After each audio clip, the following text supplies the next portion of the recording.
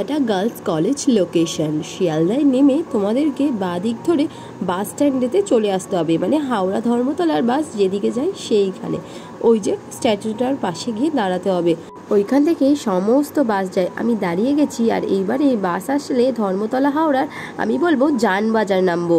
জানবাজার বললে তোমাদেরকে কলেজের সামনের গলিতেই নামিয়ে দেবে একদম, বা তোমরা ক্যালকাটা গার্লস কলেজ এরকমও বলতে পারো। টিকিট কাটা হয়ে গেছে আর আমরা চলেও এসেছি জানবাজারে। এই যে দেখো, ওই পারে নামিয়েছিল, আমরা ক্রস করে এই পারে চলে এলাম, মানে যেহেতু ডান দিকে পড়বে না গলিটা সেই জন্য।